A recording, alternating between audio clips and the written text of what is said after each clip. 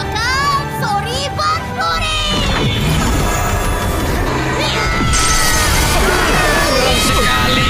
Sayang, jangan dilihat. Goblok!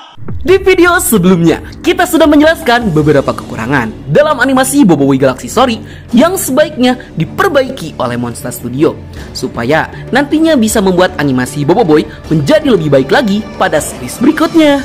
Nah, gak lengkap dong kalau kita ngomongin kekurangan tanpa bahas juga kelebihan yang Monster berikan dalam animasi Boboiboy Galaxy musim 2. Karena di balik kekurangan selalu ada kelebihan yang Monster sajikan dalam animasi Boboiboy Galaxy Story.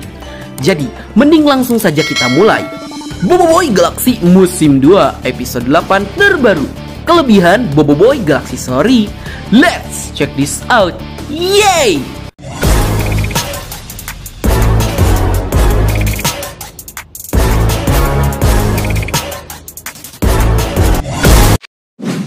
Satu, visual animasi. Seperti yang kalian tahu, jika setiap konten review Nat, selalu paling pertama kali Nat bahas tuh visual animasi dari Boboiboy Galaxy Story yang emang bener-bener sekeren itu. Dalam hal ini, Nat gak melebih-lebihkannya loh. Bahkan banyak fans Boboiboy juga yang merasakan jika visual animasi Boboiboy Galaxy musim 2 mendapatkan upgrade yang cukup signifikan. Di luar dari beberapa kekurangan yang Nat sebutkan di konten sebelumnya, kelebihannya malah jauh lebih banyak. Dimulai dari visual background, yang dimana untuk visualisasi background atau latar-latar tempat dalam Boboiboy Galaxy Story, itu luar biasa keren banget dan penuh akan detail. Yang ternyata perpindahan server pembuatan animasi ke aplikasi Blender justru menaikkan kualitas dari animasi Boboiboy itu sendiri. Ya, kalian bisa bandingin sendiri deh kualitas animasi Boboiboy Galaxy musim 1 dan Boboiboy Galaxy musim 2. Itu tuh perbandingannya signifikan banget sih kalau bagi Bang Nat. Lalu untuk visual karakternya, jika kita mengesampingkan masalah Boboiboy gemoy, Nat udah bakal no comment. Setiap karakter tuh dibikin jauh lebih baik dibandingkan di musim sebelumnya. Apalagi visual Feng pas pakai seragam sekolah, anjay, kece parah. Dan visual teman-teman Boboiboy juga gak kalah kerennya. Hal ini juga didukung dengan variasi kostum yang diberikan, justru menambah kesan yang jauh lebih keren. Dan gak ada tuh kesan-kesan monoton saat menonton. Apalagi setiap elemental Boboiboy juga mendapatkan kostum baru yang menyesuaikan dengan kepribadian elementalnya saat Boboiboy basic menggunakan kostum yang berbeda. Lanjut ke visual effect, kayaknya ini udah gak perlu diomongin lagi. Visual fight-nya, visual kameranya, visual situasinya, itu kayaknya udah the best banget. Scene fight-nya lebih keren dan fresh. Teknik kamera yang digunakan juga enak banget dilihat dan memanjakan mata. Yang paling Nat suka tuh visualisasi situasinya, yang dimana setiap scene di berbagai tempat tuh tone warna dan color situationnya terlihat sangat pas. Seperti kondisi di dalam pohon, di luar ruangan, di rawa, malam hari, dalam piramid, dan situasi-situasi lainnya. Semuanya tuh dibikin dengan sangat baik. Pokoknya perfect deh untuk visual animasi dari Boboiboy Galaxy Story. 2. Story yang lebih kompleks. Selain visualisasi animasi yang lebih baik, tentunya story menjadi hal yang utama yang menjadi kunci kesuksesan dari Boboiboy Galaxy Story. Itu karena tanpa story yang jelas dan menarik, yang ada orang-orang akan males untuk nonton animasi Boboiboy. Itu karena storynya yang dirasa biasa aja dan tidak menghibur. Tapi untunglah Boboiboy Galaxy Story berhasil menghadirkan story yang seru yang membuat orang-orang tuh betah buat nunggu kelanjutan dari petualangan Boboiboy dan kawan-kawan. Hal ini bisa terjadi karena penulisan dari Boboiboy Galaxy musim 2 itu jauh lebih kompleks dibandingkan musim pertama. Yang dimana cerita di musim pertama itu walaupun terkonsep, tapi kesannya random di setiap episodenya.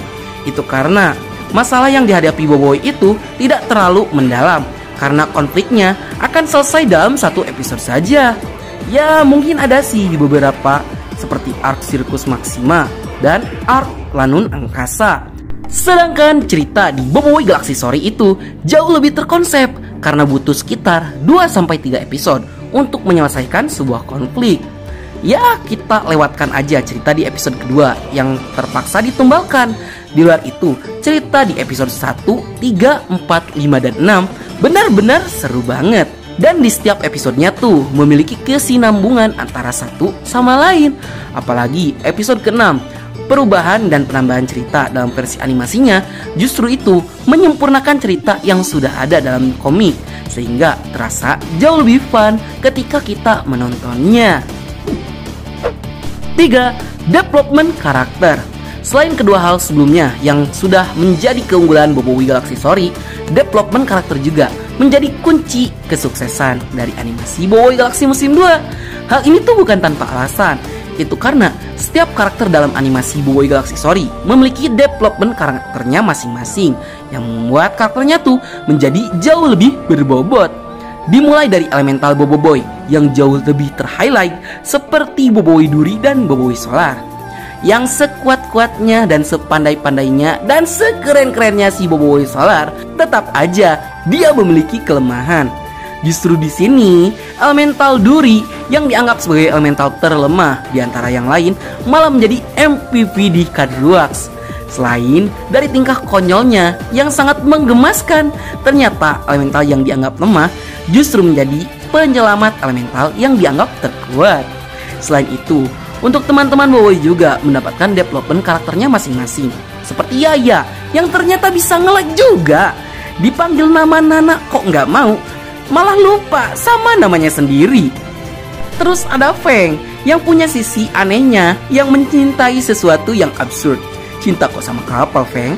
Terus ada Gopal dengan kejeniusannya menciptakan nama Tumbesor yang diakui semua orang, termasuk Siying. Terus ada Kuali yang bermuka dua karena punya dua sifat yang berbeda 180 derajat. Namun pada akhirnya dia juga taubat. Dan favorit Natu di Boboiboy Galaxy Story adalah development karakter Ying. Kalah argumen dari si Gopal dan dibuat stres dengan kelakuan Boboiboy yang berpecah terlalu lama. Yang tingkah laku absurdnya malah semakin menyiksa Ying. Sampai nangis histeris Ying. Kasihan banget loh kita satu ini. Dan sedikit tambahan dari Nat.